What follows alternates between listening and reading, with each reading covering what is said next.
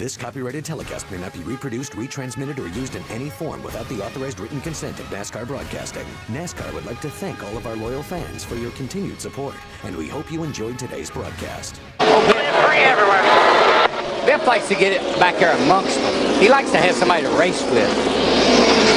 Thinks it's cool passing all those cars and getting to the front. Whoa, round goes. Not like that. Biffle's around. Wow. Keep digging there. Keep digging. Good job. Keep going. He never hit anything. No damage. Just keep going. Good job. Not going to lose all that many spots.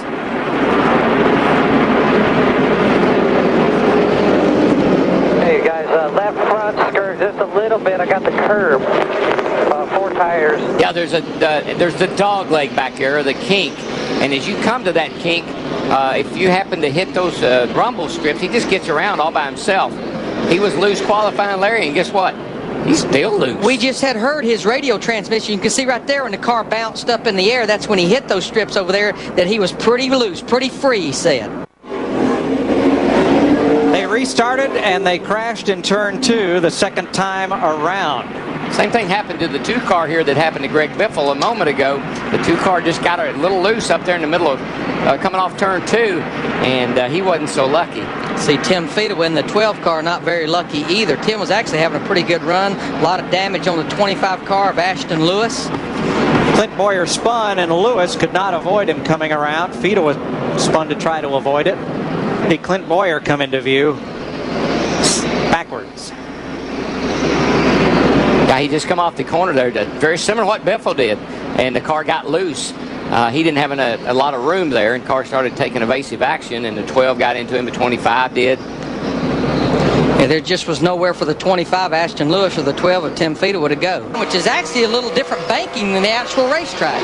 Oh, you can use the apron here to make a pass. You get into 3, drop those left wheels on there. Oh, Brent Sherman goes around. Tyler Walker with him in the 38, and that piles up at least 4 cars. Sherman is the 58 on the right of your screen, and he brings out the caution for the 3rd time tonight. Down on the bottom, he gets the left wheel down on the apron a little bit, and then he shoves right up into the 58 car there, and nowhere for these other guys to go. David Gilliland in the 54 almost made it by on the high side, and they pinned him at the last minute. See Derek Cope in the 28 car just getting through. Last week, you can get past that first his car around down here 5 of turn 4. Boston Reed is out. Boston is out. You got a 1. Hard crash for Boston Reed. In the number 5 of Hendrick Motorsports. Sure killed the radiator there. Yeah, the Lowe's car is killed more than that. pretty hurt. Looks like somebody helps the 5 car around. Who is that? That is Clint Boyer. Clint there in the 2 car.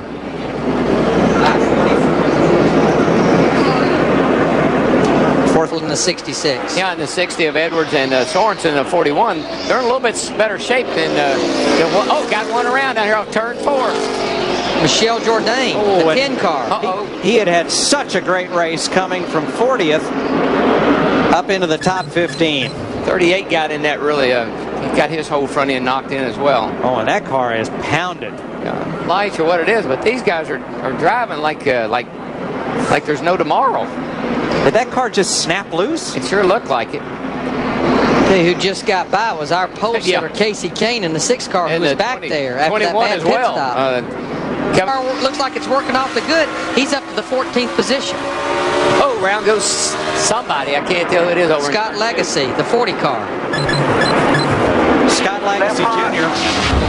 in the Cotman's transmission, number 40, brings out the 6th caution of the night. Guys, I just believe... It's the yellow car of Legacy going in outside Justin Labonte.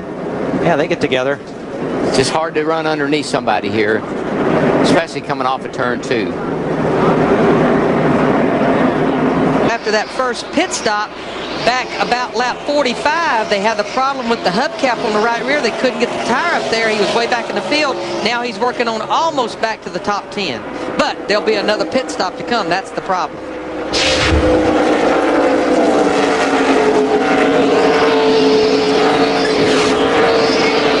Guys up front right now, we see Greg Biffle leading this thing, but in behind him, you got Tony Stewart, who followed real close to him, who just moved into third place. Denny Hamlin got a car around right now, the 58 car. Brent Sherman has spun, Jeff. Yep, there you go. And Get it going, trying to get it going. Leaders are coming. there was a slow car on the outside of the back straightaway, and then there may have been some contact there. He was way up high trying to stay out of harm's way with that flat left rear tire, and around it came. Well, Larry, you think Biffle will pit this time?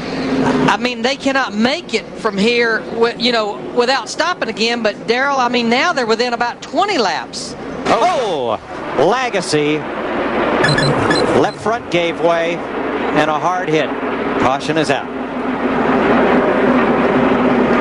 Now, this is when you're the crew chief on the 66. You're kicking yourself saying, man, I'd have just waited till the next caution. You just never know. Can't depend on the cautions. Scott Legacy Jr. trying to finish this race. It's a hard hit. She just won't turn. But we have safer barriers here. Down here in turns 1 and 2, or 3 and 4, he's got a tire down the right front. He had a fender rub. I saw that earlier from some damage, and I think he's got a right front down. But he may be lucky because we have a caution, and he kept it off the wall. He went into turns 3 and 4, and all of a sudden the car just shot up the track. I noticed some right front damage on that car. Did not hit anything, but we do have a right front flat. You know, he had even mentioned a while ago, one of our boys mentioned that he had some right front fender damage. That will tie the record set last year for the number of caution flags in a Busch race at Phoenix. Now, if he can get to pit road, and you can see the damage there where he's been into somebody. See, he goes into turn 3 here. He's in the middle of the corner, and all of a sudden I noticed actually this is coming off of turn 4. The thing had already shot up the track with him. And now he goes down here to turn 1, and he knows he's got a tire down right there. He's lucky he didn't crash. Matt's But they thought tonight was going to be the turning point, so they welcome the back. Turn 2. Not in trouble. Michelle Jourdain back in the race, turned around. Caution's out. Somebody got into the back of him that Sure time. did, Darrell. Spun him around. Darrell, I'll tell you, it took a long time for the field to lift out of the throttle. I mean, they were flying past Jourdain, and it's a good thing that car didn't spin up the racetrack. See who it is back here. Somebody gets into him. Pretty low on the racetrack. Like Casey Kane maybe in the 6th car, pole sitter. I think you're right, Larry. Now what this is going to set up, I feel like that 4 of our top 5, Michael Waltrip, Shane Mill, Carl Edwards, Martin Truex Jr., I feel like those guys will have to come to pit road.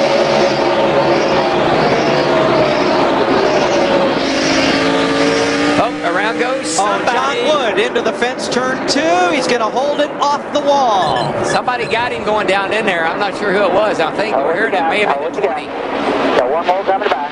Okay, you're okay. It's him on the inside there. Denny Hamlin down on the inside in the 20 car. You can see he's got a little smoke coming off that right front still. Looks like he might have bottomed out, bounced a little bit, got into John Wood. And Wood was having one of the best races of his rookie season. But I think our problem... Oh, here we go. Here we go. Reed Sorensen, the 41 car, McMurray, the 64 car. 32 car, the whole crowd. At least 5 cars piled up. The worst restarts tonight I think I've seen all year long. A lot of damage on this 41 car. You see all the damage on Jamie McMurray, the 64 car. Remember, Reed Sorensen came into this race 2nd in points. Looked like he had an opportunity to really capitalize on that with the problems that Carl Edwards had. And a lot of right front damage on Shane Neal as well. Time on the restart. Somebody doesn't get going. Nobody. Way up in the front. Nobody Greg went. Biffle, our leader, the 66, didn't get going.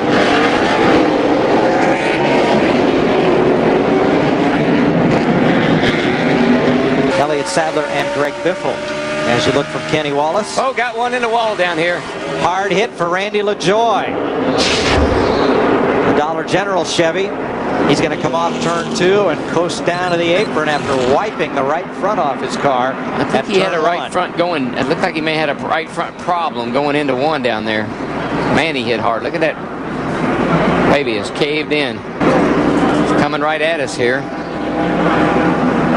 You see the right front. There, it just falls down, and He's along for the ride at that point. As soon as he started to turn in, Darrell.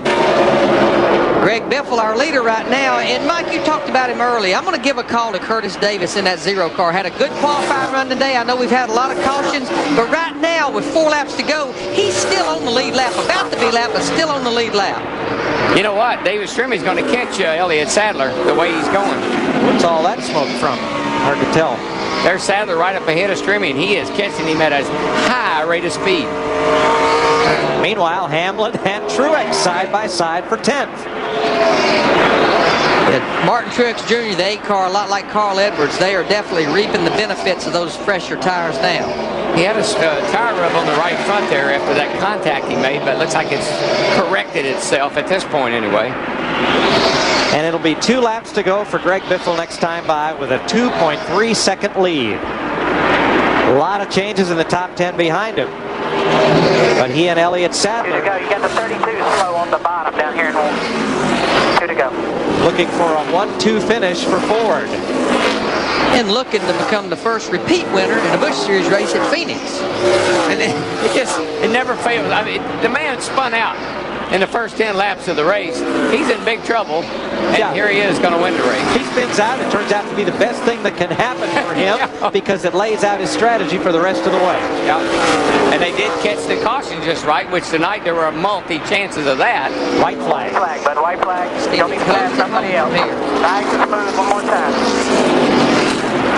Best battle is for 6th, Joe Nemechek, Michael Waltrip, while Truex and Yaley, and Hamlin and Barrett from 10th on back. Nice job tonight, guys. I would say so. Yeah, you didn't do bad yourself there either, Biff. Nice job on your part. From bringing out the first caution to driving to victory lane, Greg Biffle does it. There is Elliott Sadler 2nd, David Stremme 3rd, Harvick 4th. And look at this race for 15th. That's Paul Menard and Kenny Wallace. Trade paint and sheet metal all the way to the line. Paul Menard wins the battle with those 4 fresh tires. Now this team right here, this is Bruco Motorsports. This was the 2017 from last year. They've not been to victory lane since 2003 Kansas, so a long dry spell for this race team. That is the first Busch Series win for Biffle in 2005. He last won Labor Day weekend at California. He gets his 17th career Busch Series victory. This copyrighted telecast may not be reproduced, retransmitted, or used in any form without the authorized written consent of NASCAR Broadcasting. NASCAR would like to thank all of our loyal fans for your continued support, and we hope you enjoyed today's broadcast.